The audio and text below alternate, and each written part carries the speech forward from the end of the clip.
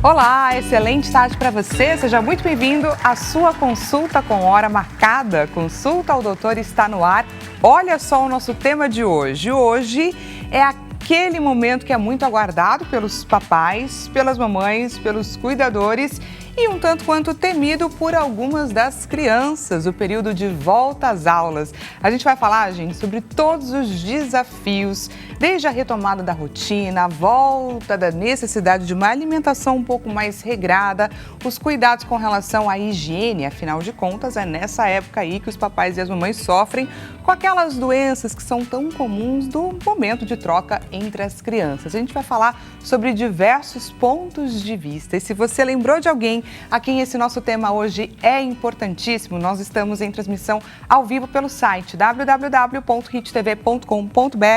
Pega o seu celular e encaminha o link de transmissão para essa pessoa a quem esse nosso programa precisa chegar. Informação boa, gente, é informação compartilhada. Fora isso, eu te convido a você participar da sua consulta porque ela foi marcada para você. Traz para gente o seu relato, a sua dúvida pelo 0 operadora 11 3337 5886. Estamos aguardando pela sua participação. Não deixa para mandar a sua dúvida lá para o final do programa, não, porque daí acontece que fica muito difícil para a nossa produção, é claro, eleger qual é a dúvida mais pertinente, mais interessante, porque todas as dúvidas são importantes. Então, faz parte aqui do nosso bate-papo. Fora isso, nós temos a nossa clássica enquete acontecendo neste exato momento lá na rede vizinha, no nosso Instagram, @consultaodoutor_hittv. Já segue a gente por lá? Vai lá, clique em seguir a gente e participe, é claro, da nossa enquete. Diretor, coloca pra gente a nossa enquete na tela. Volta às aulas. O que você acha sobre, olha só, a proibição do uso dos celulares nas escolas? Concordo, vai ajudar na concentração e socialização. Discordo, eles devem ter direito ao menos no recreio. Ou concordo, assim eu consigo impor limites também na minha casa, já pego o gancho. Ou discordo, acho que a proibição é de fato um exagero. Clica lá na alternativa que a gente vai debater também, entre outras questões, esse assunto que é polêmico. Olha só, gente, vamos então ao que interessa, volta às aulas. Para isso, a gente conta com a presença de duas profissionais. Uma é pediatra neonatologista e homeopata e a outra educadora parental. Só que, olha só, além delas atuarem diretamente, de forma importante, de forma incisiva, nesse nosso tema que é tão importante, elas também, gente, têm conhecimento de causa e vivência, porque elas são mães. E elas vão compartilhar também com a gente um pouco sobre essa rotina e o dia a dia que elas enfrentam, né? Quais são os desafios que elas enfrentam. Vamos então conhecer um pouquinho mais a respeito de cada uma delas na nossa tela. Vamos começar pela Priscila Montes. Ela atua na área há 5 anos. Olha só, sua carreira foi inspirada pelo nascimento do seu filho Gael. Hoje ele tem 7 anos. A maternidade trouxe desafios e aprendizados que a motivaram a seguir na profissão com ainda mais paixão. No dia a dia, ela enfrenta o desafio de lidar com a energia e a curiosidade das crianças, sempre buscando tornar cada experiência mais envolvente e também significativa. Com empatia e conhecimento, ela transforma desafios em oportunidades para ajudar outras famílias. Muito interessante. Vamos olhar então o perfil da nossa próxima participante. E a Vanessa Mouad, ela atua na área há 22 anos. Encontrou na pediatria sua verdadeira vocação, pois é apaixonada por crianças. Como mãe de 3 filhos, vive as alegrias e também os desafios que a maternidade traz. Foi essa experiência que a tornou uma pediatra ainda mais dedicada e empática. Sua jornada levou a se aprofundar na homeopatia, buscando tratar os seus filhos de forma mais natural e com menos medicamentos. Seu maior desafio hoje é mostrar às famílias que é possível sim cuidar de maneira mais saudável. Sejam muito bem-vindas, doutoras. Obrigada, é um prazer estar aqui com vocês. Gente, Priscila pegou a ponte aérea para estar aqui, veio diretamente do Rio de Janeiro, para estar aqui e participar do Consulta ao Doutor, ter esse bate-papo, levar informação aí para sua casa. Muito bacana, agradeço demais a presença de cada uma de vocês. Para começar o nosso bate-papo, eu gostaria que o pessoal que está nos assistindo, que eles conseguissem entender um pouco o ponto de vista de vocês. Então, eu gostaria que vocês começassem explicando para a gente um pouquinho a respeito da profissão de vocês, de como que vocês atuam na área. Então, Priscila, como que é ser uma educadora parental?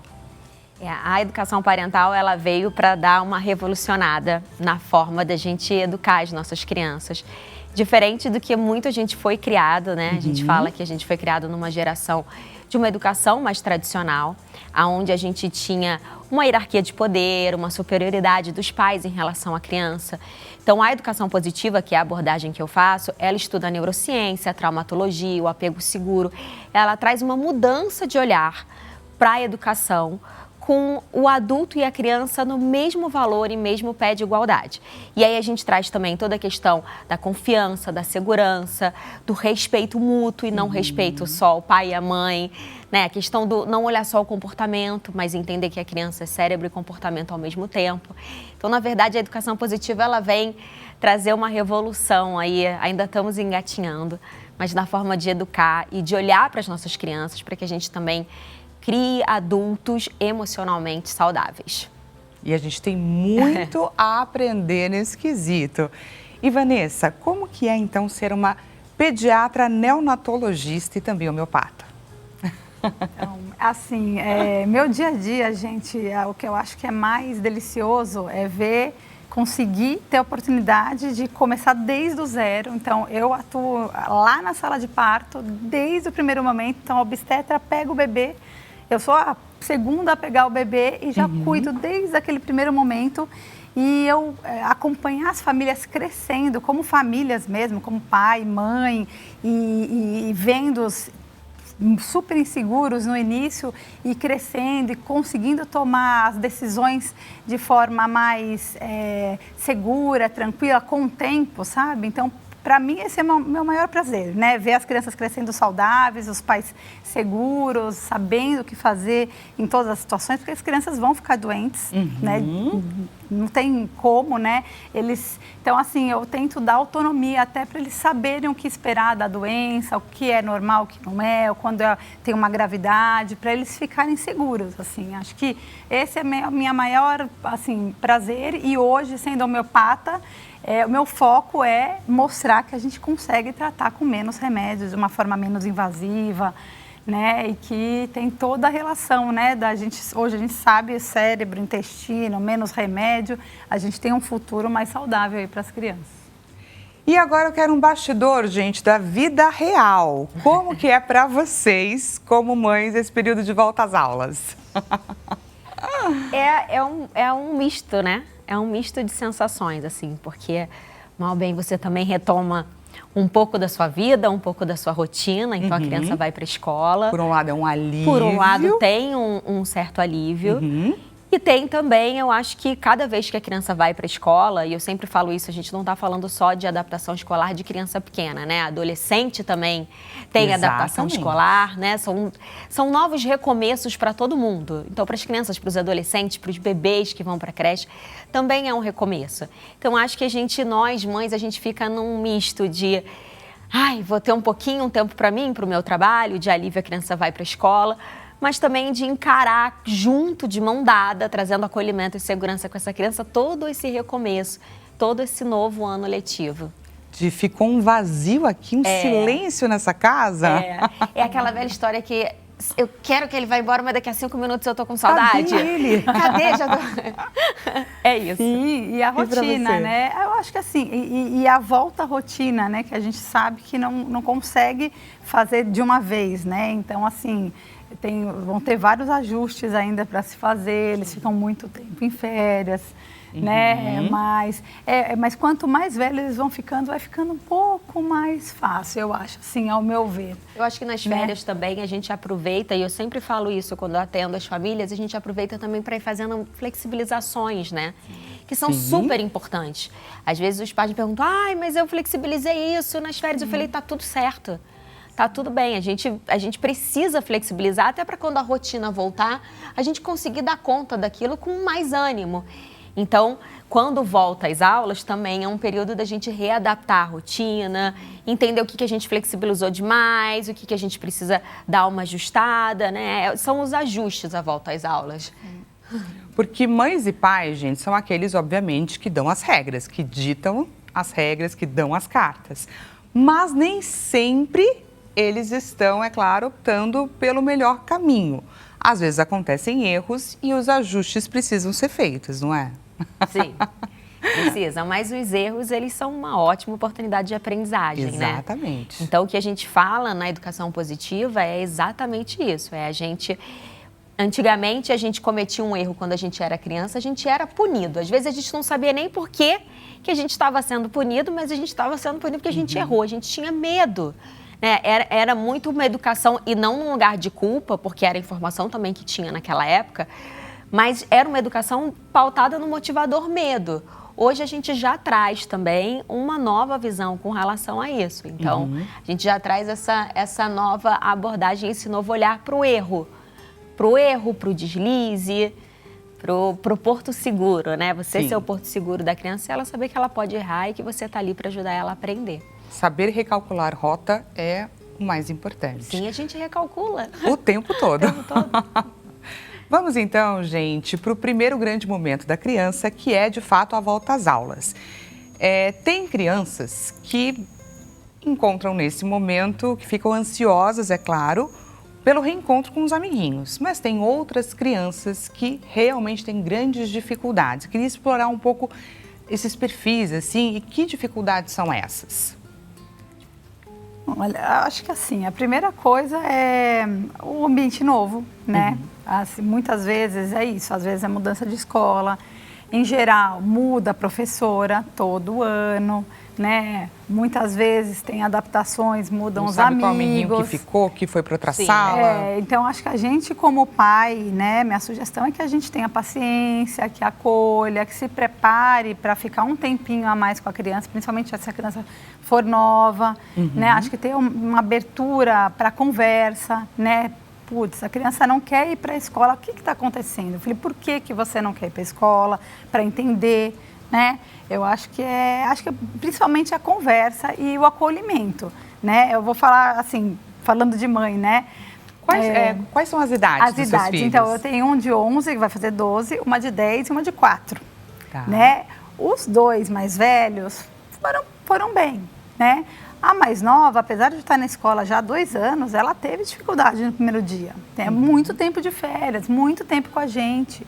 Eu fiquei 1h30 com ela na escola, no primeiro dia. Ela ia à mesma escola há 2 anos. Ela encontrou a ex-professora, encontrou ex-professoras, vamos dizer, e vários amiguinhos que eram os mesmos. Ela não teve dificuldade, entendeu? Ela queria que eu ficasse junto, enfim, e eu fiquei. E daí fui para casa, conversei com ela.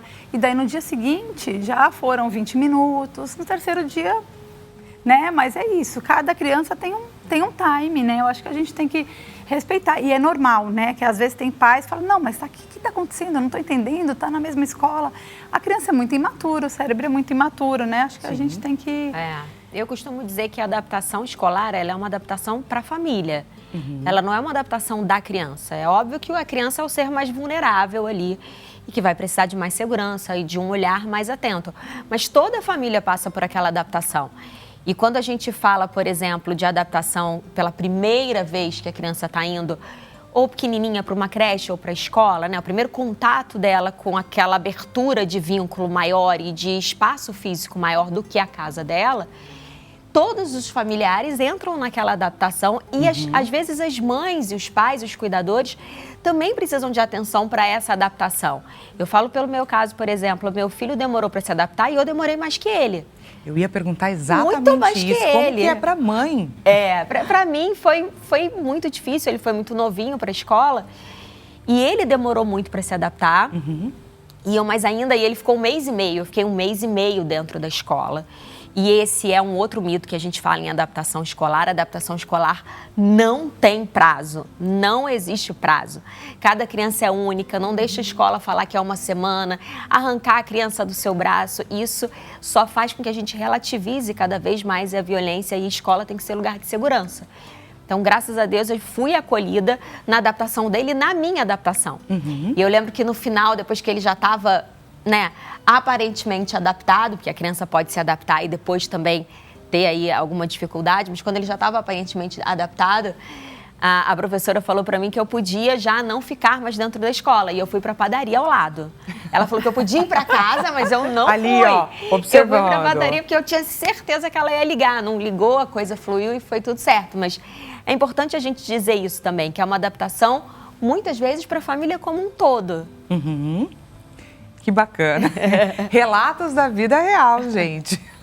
Porque não adianta dizer, ó, vai por esse caminho. Porque no dia a dia, a coisa acontece diferente. Sim. A gente também tem que respeitar nossos sentimentos. Sim. Isso é um fato. E quando a criança, ela já não é mais tão novinha, pré-adolescência, jovens e tudo mais, que tem essa resistência a ir para a escola. O que os pais devem ficar atentos? A qual tipo de comportamento para conseguir e de que forma que eles fazem a abordagem com os seus filhos para entender o que pode estar acontecendo ali? Eu acho que a minha sugestão, além de conversar com o jovem, porque tem toda a questão de bullying, né, de ir até a escola, conversar com os professores, com a equipe, que eles estão lá no dia a dia, se tem algum comportamento estranho. Hoje em dia tem os celulares, nós pais, né, temos e devemos, né, temos o dever de olhar o celular das nossas crianças, que eles não têm maturidade, mesmo jovem, eu sei que é difícil, né, mas a minha sugestão, né, não sei o que a Priscila acha, mas falar para eles, vou ver o seu celular, nada escondido, claro, explicar, enfim, porque hoje teve até essa semana mesmo, né? Várias crianças foram expulsas, né? Enfim. De escola de elite. Por bullying. E bullying também é assim, físico, ali real, aqui em São Paulo teve, não podia usar um banheiro, que os mais novos não podiam usar um banheiro que os mais velhos usavam, umas coisas assim. Enfim, então tem que conversar, porque muitas vezes eles escondem da gente, né? Então, é isso, é conversa, né? Para eles se sentirem seguros, porque sempre tem algum motivo, tem que ver. Perfeito, e eu acho que um olhar de curiosidade. Eu acho que uma coisa que a educação positiva traz é a gente tentar também mudar o nosso olhar. E com o adolescente, isso é muito importante, a gente tem o hábito de olhar com olhar de julgamento, né? Às vezes o nosso próprio olhar, a criança já percebe ao adolescente que a gente já vai julgar e já se retrai. Então, a gente tentar mudar essa visão e olhar com curiosidade.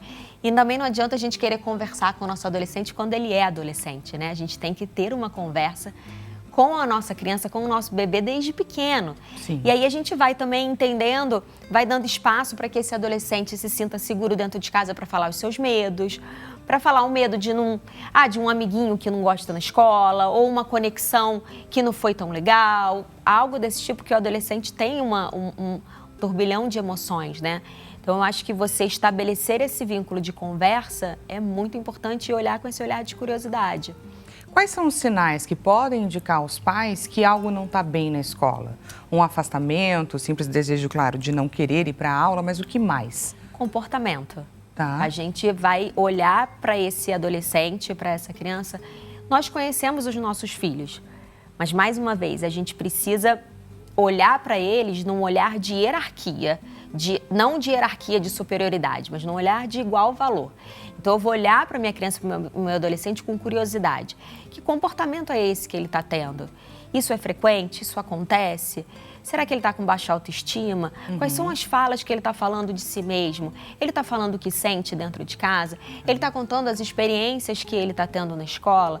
Quais são os relatos que ele está me trazendo? E quando ele me traz, o que eu falo, né? O que eu converso? E a mudança de comportamento. Às vezes a gente tem também adolescentes que ficam mais agressivos, a própria criança, e a gente fica com um olhar para essa agressividade, querendo educar, querendo controlar, querendo combater. Mas muitas vezes a gente precisa ir embaixo. A gente fala do iceberg, né? Que a ponta do iceberg é o comportamento, é o que a gente está vendo. Mas embaixo ali daquele mar, tem um mundo de necessidades básicas, físicas, que você precisa entender qual é o sentimento que está ali, dando causa para esse comportamento. Então, é importante a gente entender isso. E precisa ter o olhar muito atento, observar bastante, deixar ele sempre no radar, ficar bem atento, porque às vezes situações complicadas estão acontecendo e falta a proximidade dos pais. E aí a abordagem depois é extremamente necessária. Vanessa, você comentou sobre a mudança de escola. Quando é uma escola nova, principalmente imposta por uma mudança de cidade, enfim, existe, obviamente, às vezes uma reação um pouco complicada, né, por parte dos filhos. E aí, como fazer para conseguir administrar e dar conta, né, da criança aceitar essa mudança toda que foi imposta na vida dela? Eu acho que a minha primeira sugestão é levar a criança à escola antes do início das aulas. Eu acho que isso é uma sugestão legal, né? Para ela se ambientar e ser sempre sincero, explicar e já ir trabalhando a rotininha, como é que vai ser a rotina, às vezes separar no dia anterior, o lanchinho, o material, de repente comprar coisas novas, uma mochila, né, fazer como se fosse uma comemoração, essa aqui é a escola nova, vai ser muito legal. Eu acho que de novo, a conversa, mas assim, a ambientação antes, eu acho que é uma coisa bacana, né, Priscila? Traz segurança, né? Eu costumo, essas coisas que a doutora Vanessa falou, que são ótimas, eu costumo dizer que são pistas de segurança, que você vai dando para a criança antes do dia da escola, né? Antes do primeiro dia. Então, você vai arrumar a mochila, você vai dizer para ela tudo que vai acontecer, você vai relembrar a criança, se por acaso... Pistas de segurança. Pistas de segurança. Você vai relembrando ela, por acaso, se não for a primeira vez que ela vai para a escola, né? Se for um ano letivo novo, um recomeço, você vai lembrando ela das coisas, das conexões que ela fez no ano passado que ela gostou, o que da outra professora foi legal, o que no ambiente da escola ela gosta mais. Então, você vai trazendo de novo aquele lugar, ambientando aquele lugar internamente dentro da criança e trazendo essas pistas de segurança. Além de você relembrar as coisas da escola, você vai arrumando a mochila, vai arrumando o uniforme, vai relembrando a hora que acorda, relembrando as coisas boas que acontecem, a rotina. E acho que isso vai ajudando também a criança. Ela vai se familiarizando de volta. De volta. Mesmo que seja um ambiente completamente novo. Mesmo que seja. Temos pergunta do nosso público na nossa tela. Renata Santos, de Recife. Renata, antes de mais nada, seja muito bem-vinda à sua consulta, seja muito bem-vinda ao nosso bate-papo. Boa tarde, minha filha está entrando no primeiro ano e eu não sei como posso mostrar a escola de uma forma positiva. Por ela ficar perto das primas que não gostam de ir, ela acaba sendo cada dia mais difícil. De que forma que a gente consegue ajudar a Renata? A gente consegue ajudar a Renata, primeiro, fazendo também muito do que a doutora Vanessa falou, que é fazendo com que essa criança vá antes conheça essa escola. Então é importante, a gente acha que quando a gente vai escolher a escola para as nossas crianças, a gente que vai, né? Nós adultos. É importante a criança estar inserida naquele espaço, ver onde é que vai ser o recreio, ver onde é que vai ser a salinha dela, ver o que tem. Ela visualmente, ela entender o tamanho daquele espaço, a proporção daquele espaço, conhecer a professora, conhecer a coordenadora. Isso já traz para a criança uma noção física de segurança muito grande. E aí a gente dizer para a nossa criança, obviamente, que as experiências são diferentes. Então a gente vai trazer para elas movimentos positivos. Na escola você vai conhecer pessoas novas, você vai fazer novos amigos. Não tem como a gente dar certeza para a Renata e para a filha da Renata se a filha dela vai ser feliz na escola, por exemplo. A gente não tem essa certeza. E está tudo bem ter essa dúvida. Agora, a gente pode ir trazendo positividade para ela nesse espaço e nessa nova empreitada. E o papel da mãe é dar força, não é, para a criança? Sim, trazer. E cada criança é única, né? Acho que falar, não é porque suas primas não gostam, que você não vai gostar, né? Tomara que você goste, é muito melhor que você goste, né? Sim. Então, porque é normal que eles se sintam influenciados por familiares mais velhos, e fazer perguntas também. Eu não sei a idade da criança, eu não sei se a Renata botou a idade aí, mas se possível, dentro da idade, fazer perguntas. O que você acha que as suas primas... Porque quando a gente faz pergunta para a criança, a gente consegue entender o limite da nossa resposta. Que às vezes a gente também fica querendo explicar e se justificar demais, e às vezes a criança ainda não tem nem o cérebro neurológico preparado para absorver aquela informação. Então, quando a gente devolve perguntas, a gente entende até onde a gente vai e o que ela quer saber. Então, a gente pergunta, o que você acha que as suas primas não gostam? O que você acha que você vai gostar de uma escola? O que seria uma escola legal para você?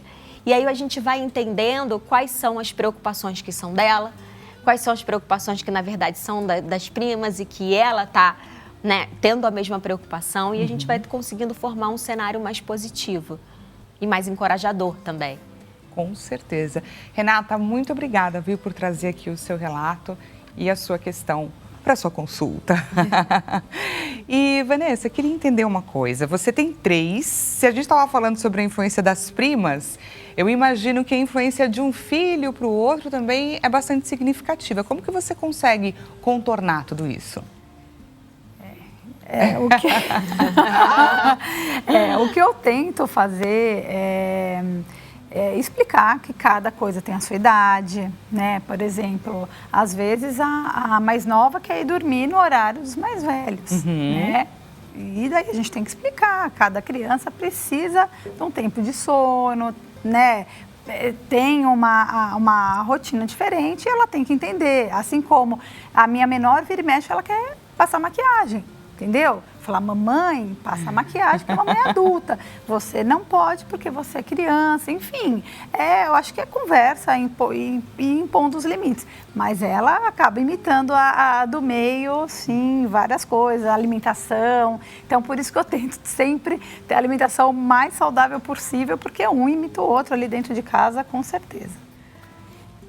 Muito bacana, né? Porque realmente a influência, principalmente na convivência entre irmãos, é determinante. Aí você vê o irmão mais velho podendo fazer diversas coisas e você não, porque você é pequena, mas ao mesmo tempo um estimula o outro. Isso é um fato, é uma convivência que é muito rica, muito importante. Temos mais pergunta da nossa audiência. Diretor, pergunta na tela. Pergunta da Yasmin de Minas Gerais. Yasmin, seja muito bem-vinda à sua consulta. Boa tarde, meninas. As aulas dos meus filhos ainda não começaram. Como que eu posso prevenir as gripes e resfriados que estão por vir? Gente, Yasmin já está sofrendo.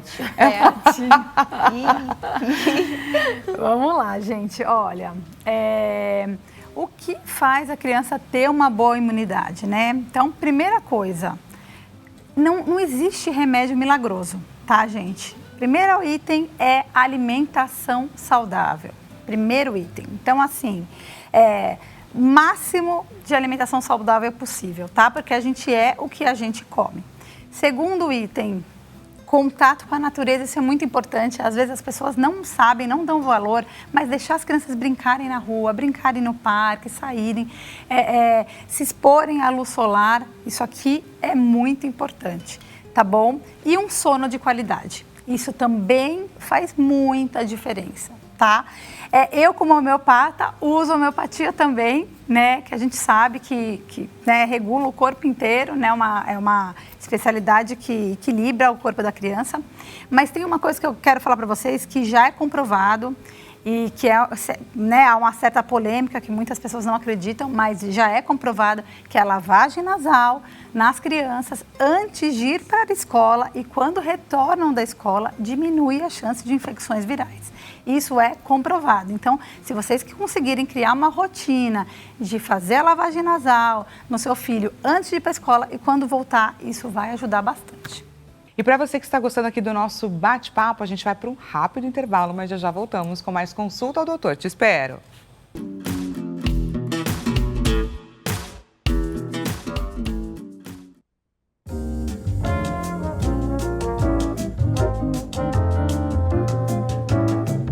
Seja bem-vindo mais uma vez. Consulta ao Doutor está de volta. Caso você tenha acabado de chegar, nós estamos batendo um papo, gente, sobre esse período que é tão aguardado pelos pais e tão temido por algumas crianças, que é o período de volta às aulas. Um período, é claro, cheio de desafios, como retomar a rotina das nossas crianças, como fazer voltar a dormir cedo para acordar cedo, retomar uma alimentação mais regrada e tantos outros desafios. Se você lembrou de alguém a quem esse nosso tema vai interessar, nós estamos em transmissão ao vivo pelo site www.hittv.com.br. Corre lá e compartilhe o nosso link de transmissão com essa pessoa a quem esse nosso tema vai interessar. Fora isso, nós estamos com o WhatsApp aberto, aguardando pela sua participação. Traz pra gente o seu relato, a sua dúvida, pelo 0 operadora 11 3337 5886. Lembrando que essa consulta foi marcada para você, então, portanto, não deixe de aproveitá-la, combinado? E nós temos a nossa clássica enquete acontecendo neste exato momento lá no Instagram, na rede vizinha, no @Consulta ao Doutor HitTV. Diretor, coloca pra gente a enquete na tela. Estamos nos minutos finais, não deixe de participar. Volta às aulas. O que você acha sobre a proibição do uso dos celulares nas escolas? Um tema quentíssimo, gente. Concordo, vai ajudar na concentração e socialização das crianças. Discordo, eles devem ter direito ao menos no período do recreio. Concordo, assim consigo impor limites em casa, uma questão também que é bastante sensível para os pais. Ou discordo, acho que a proibição é um exagero. Entra lá e clica na alternativa que a gente vai trazer esse tema à tona também lá para o final do nosso programa. Não deixa de participar, vou te dar aí mais alguns minutinhos, combinado? Gente, hoje é dia 6 de fevereiro. Você sabe que dia é hoje? Hoje é dia do Agente de Defesa Ambiental, uma data criada para homenagear as pessoas que lutam aí, que atuam na defesa do meio ambiente, também na promoção da sustentabilidade. E o Consulta ao Doutor, é claro, embarcou nessa. Preparamos um vídeo em homenagem a essa data tão especial, 6 de fevereiro. Vamos assistir. Hoje é o Dia dos Guardiões da Terra. Esses profissionais garantem a sustentabilidade e a integridade da nossa biodiversidade. Em tempos de grandes ameaças, esse trabalho se torna ainda mais crucial, já que eles precisam enfrentar setores que colocam o lucro acima da saúde do planeta. Vamos juntos reconhecer e apoiar a dedicação desses profissionais. Feliz Dia do Agente de Defesa Ambiental! É isso aí, gente. Olha só, para você que chegou agora, o bate-papo está acontecendo com a doutora Vanessa Moad, que é pediatra, neonatologista e também homeopata, e também com a doutora Priscila Montes, que é educadora parental. Aproveito mais uma vez para agradecê-las, porque o nosso bate-papo está riquíssimo hoje. Gente, estávamos com a pergunta da Yasmin quando fomos para o intervalo, dúvida de uma mamãe que estava extremamente preocupada com o adoecimento da sua criança antes mesmo dela voltar às aulas. E essa é uma questão bastante sensível. E aí, na sua resposta, você estava comentando sobre a importância do sono, sobre a importância de uma alimentação, né, regrada. Afinal de contas, a gente é aquilo que a gente come, que eu achei interessantíssima essa frase que você falou. Enfim, sobre várias outras questões. Vamos então falar sobre a importância do sono e retomar a rotina, porque isso é bastante sensível. Queria entender, assim, de quais são os desafios. E você comentou, não é, Pri, no comecinho do nosso programa, sobre as permissões que a gente faz no período de férias e que a mãe e o pai já têm que pensar que essas permissões elas têm que ser facilmente retiradas. Sim, o que eu falei é que eu acho que é importante a gente fazer a flexibilização. Eu acho que é super importante para a gente também relaxar, que acho que quando a gente também flexibiliza, a gente também dá uma relaxada, às vezes a gente vai fazer uma viagem, às vezes são outros passeios. A dinâmica da casa muda também quando as crianças estão em férias, então a gente vai deixar alguns pratos caírem também, tá tudo certo. E tá tudo bem. E tá tudo bem, não nascemos para equilibrar todos, tá tudo certo. Mas é importante a gente entender que não dá para a gente flexibilizar demais, a ponto que depois a gente vai trazer também para essa dinâmica, para essa mãe, para esse pai, para esse cuidador e principalmente para essa criança um sofrimento muito grande na volta às aulas. Então a gente faz uma flexibilização, a gente pode fazer uma flexibilização se a criança assistir tela, a gente pode fazer uma flexibilização de aumentar um tiquinho o tempo da tela, de aumentar um pouquinho, às vezes, o tempo de dormir mais tarde, para depois a gente fazer ajustes, não começar do zero. Então a gente tem que ter muito isso em mente.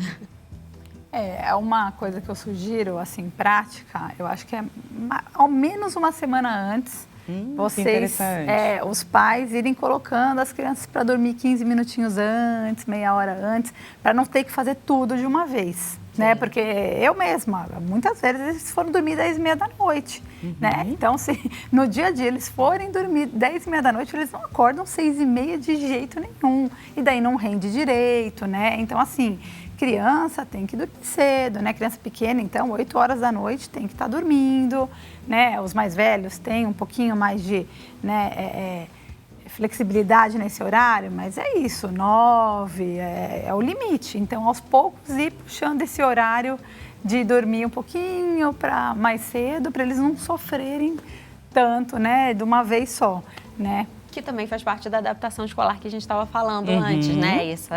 Esse ir retomando a flexibilização e fazendo esses ajustes aos poucos, também já é a adaptação escolar, né? Já é o início. Já é já é mostrar que a realidade Sim. está voltando para aquela criança. Porque, gente, é importante lembrar os papais e as mamães que a qualidade do sono é importantíssima. Não só na concentração, interfere também no aprendizado e Na imunidade. na imunidade. Queria que você falasse um pouco disso pra gente. Não, mas é isso, né? Descansando que a gente vai aprender tudo, né? Vai incorporar tudo que a criança aprendeu ao longo do dia. E já é comprovado que crianças que dormem mal, o ciclo circadiano, né? O corpo, os hormônios ficam todos bagunçados, né? E se o corpo não estiver bem, eles têm contato com vírus, com um monte de germes o tempo inteiro. Se o corpo não estiver bem, não estiver descansado, eles vão ficar mais doentes. Isso é comprovado, né? Por isso que a gente fala, não tem remédio milagroso. É comida, é sono, é coisa básica, né? Tem gente que fala, não, mas eu não tenho dinheiro para comprar vitamina. Não, é comida, né? Então eu falo, gente, não tem que ficar, a gente tem que descascar mais e desembrulhar menos, entendeu? É coisa barata, é coisa ali que está ali na natureza, né? Então é isso, eu acho que a base tem que primeiro vir da alimentação e do sono. Acho que isso, quando os pais entenderem a importância disso, eu acho que vai, porque assim, doenças, a gente estava até conversando aqui no intervalo, vão acontecer, a média são 12 no ano, tá? Então, uma vez por mês é esperado que eles fiquem doentes. Eu estava aqui tentando fazer a conta.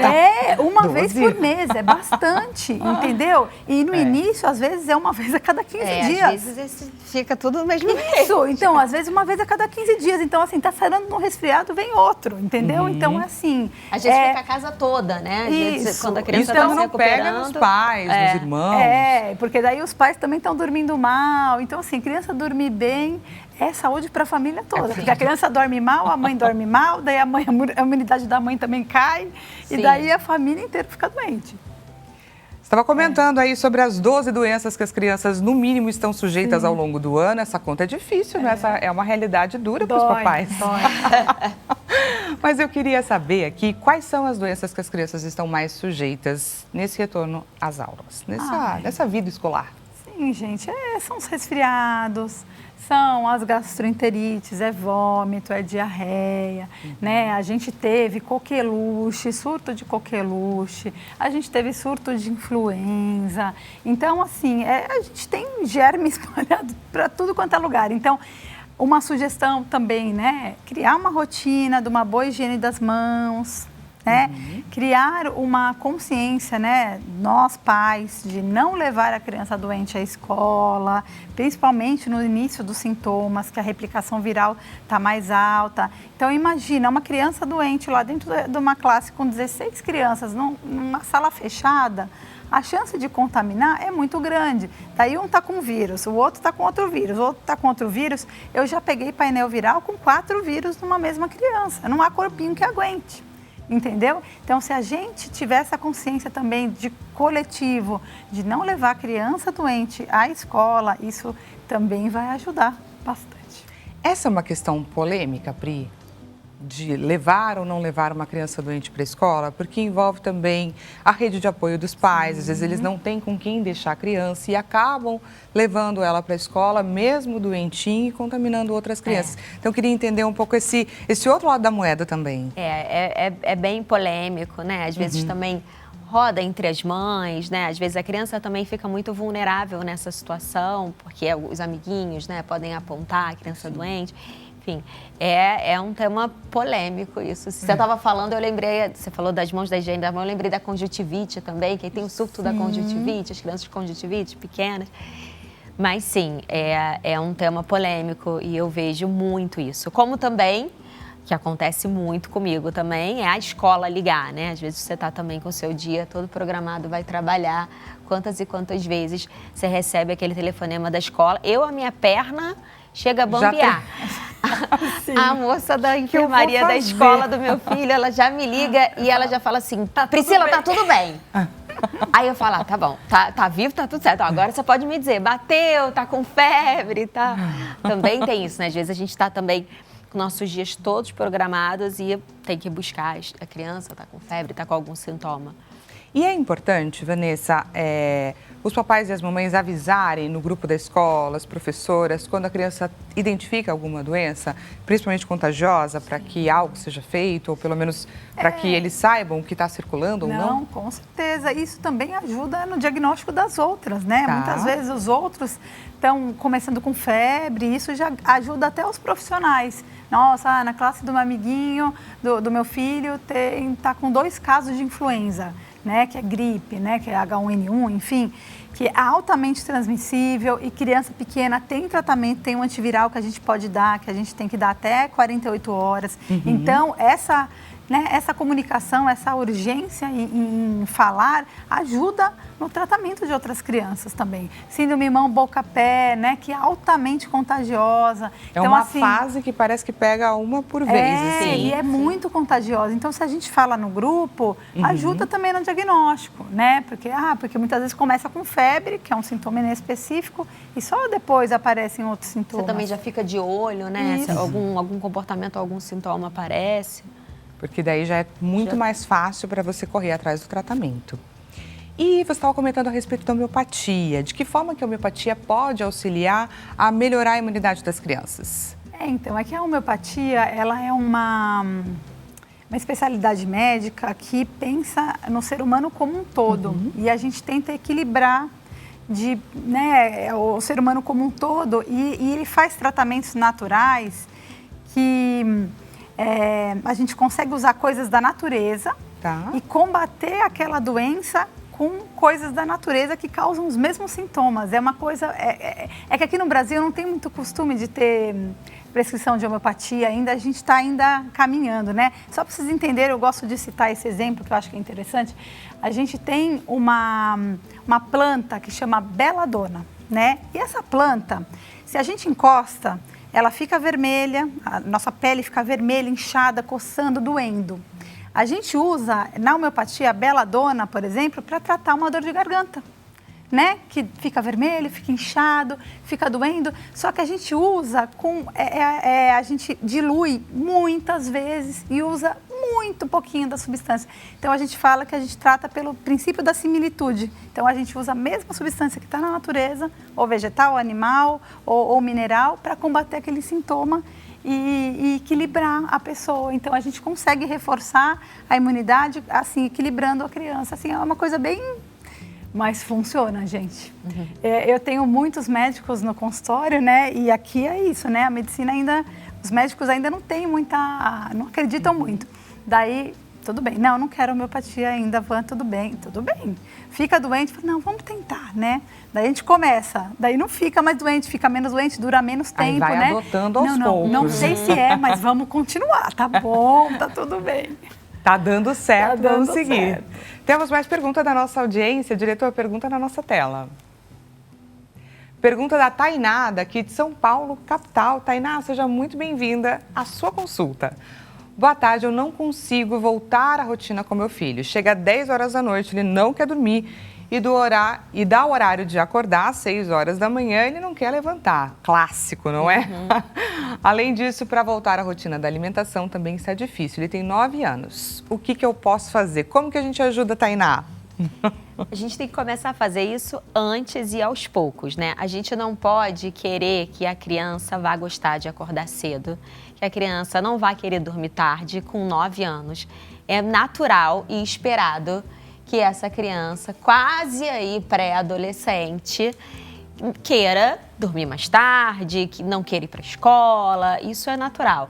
A gente tem que entender a nossa responsabilidade nisso, que é o que a gente estava falando no início da flexibilização. Então, o quanto foi flexibilizado, né? O quanto a gente vai precisar recomeçar do zero, o quanto a gente vai precisar também de investir em paciência, porque não tem fórmula mágica, a gente está lidando com relacionamento com seres humanos, então não existe uma cartilha. A gente vai precisar investir tempo, investir paciência, investir acolhimento e tentando mudar aos poucos. Então, tudo bem, ele não quer dormir tão mais cedo, vamos tentar fazer, então vamos dormir hoje um pouquinho, porque ele vai sentir o cansaço também no dia seguinte. Exatamente. E tá tudo bem, talvez no outro dia ele consiga dormir mais cedo, porque ele vai ser vencido pelo cansaço.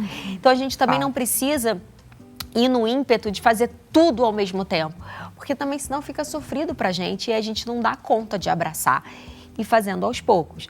Então vai conversando, vai voltando à rotina aos poucos. Não sei se a doutora Vanessa concorda comigo. Concordo. Mas é isso, a gente vai ter que assumir essa responsabilidade de trilhar esse caminho e muito aos poucos.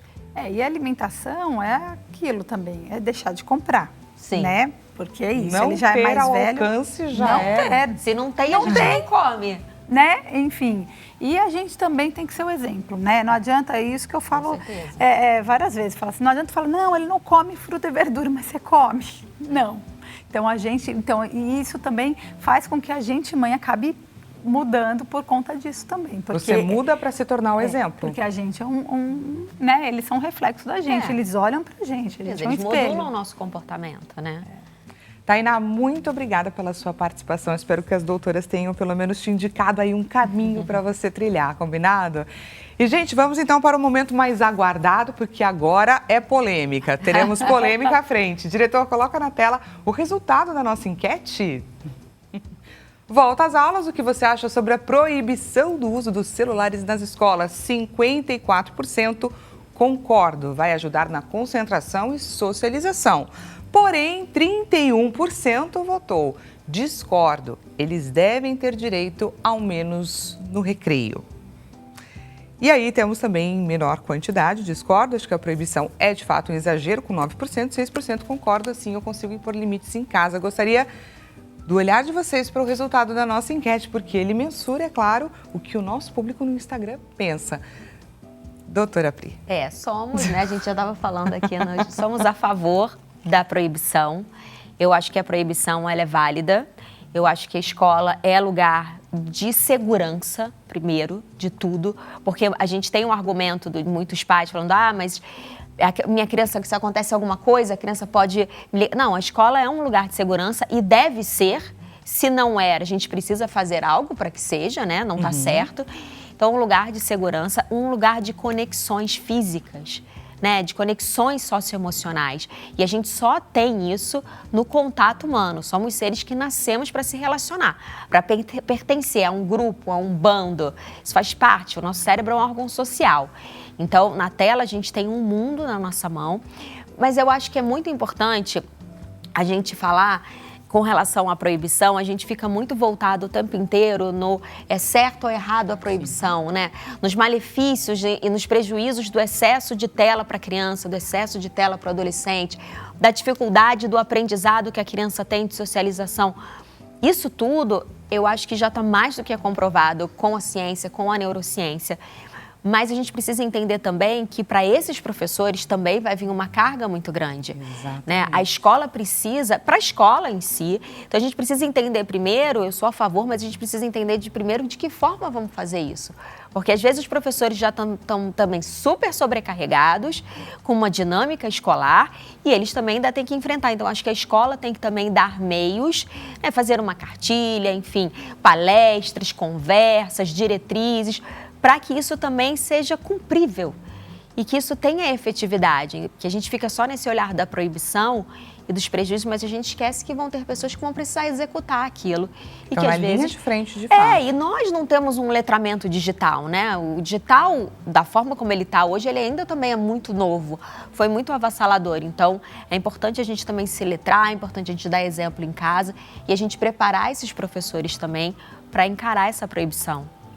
Mas uma coisa que me surpreendeu foi que 31%, né, 31%. reclamou que não pode usar no recreio. Gente, recreio é para brincar. É para socializar. Recreio não é para ficar olhando o celular, né? Porque a gente vai em restaurante, muitas vezes vai em parque, a criança está lá no celular, gente. Então, assim, escola é para brincar. Então, no recreio, daí que não tinha que ter mesmo. Eu acho que, assim, eventualmente, na saída, né, para ligar para os pais, isso até na escola das crianças. Minha filha veio falar, mas eu fui ligar para avisar, tomei uma carcada, tomei bronca. Eu falei, filha, dentro da escola está lá a regra que não pode, mas, assim, tem que ser isso, né, bom senso. Talvez na hora da saída, ok, né? Mas assim, para mim, recreio que não tinha que ter mesmo, né? Dentro da sala, com certeza, porque quantos não ficam, professor explicando, a criança lá é desrespeitoso, né? Primeiro que não aprende, é desrespeito ao profissional que está lá ensinando e a pessoa no mundo da lua. Eu acho que é assim, eu achei maravilhoso. E o celular, ele é uma ferramenta muito poderosa de bullying, né? Sim, com certeza. Então, como a gente volta para a questão, né? A gente também não está letrado para lidar com esse movimento todo que essa ferramenta nos dá, esse acesso ao mundo na palma da mão, ainda mais as nossas crianças e adolescentes. Então, a gente tem essa ferramenta, tem que usar com muito cuidado e com muita consciência, porque o bullying, muitas vezes, ele acontece começando no digital, né? Começando no celular. E no mundo digital, muitas pessoas não têm cara. Sim. E isso é extremamente complicado. A gente não sabe, estamos lidando com crianças, mas até que ponto que a gente vai conseguir evitar, de repente, um bullying, uma situação como essa. É um tema bastante sensível, mas eu também compactuo do mesmo pensamento. Eu acredito que lugar de escola é lugar de aprendizagem, de troca, e que isso é extremamente necessário. Porém, eu acho que o Estado também precisa definir de que forma que isso vai ser feito, porque os professores estão na linha de frente e eles é que vão sofrer as consequências dessa limitação. Muito obrigada pelo bate-papo. Infelizmente, nosso tempo terminou, ele é muito curto. O bate-papo está rendendo, estava delicioso, mas gostaríamos demais de agradecer a presença de vocês aqui. Para você que nos acompanhou, se você tem interesse em entrar em contato com as doutoras, aproveito para deixar aqui os contatos. Doutora Vanessa Moad, pediatra, neonatologista e homeopata, deixa à sua disposição o Instagram, Pediatria Personalizada, e também o WhatsApp 0 operadora 11 99390 8096.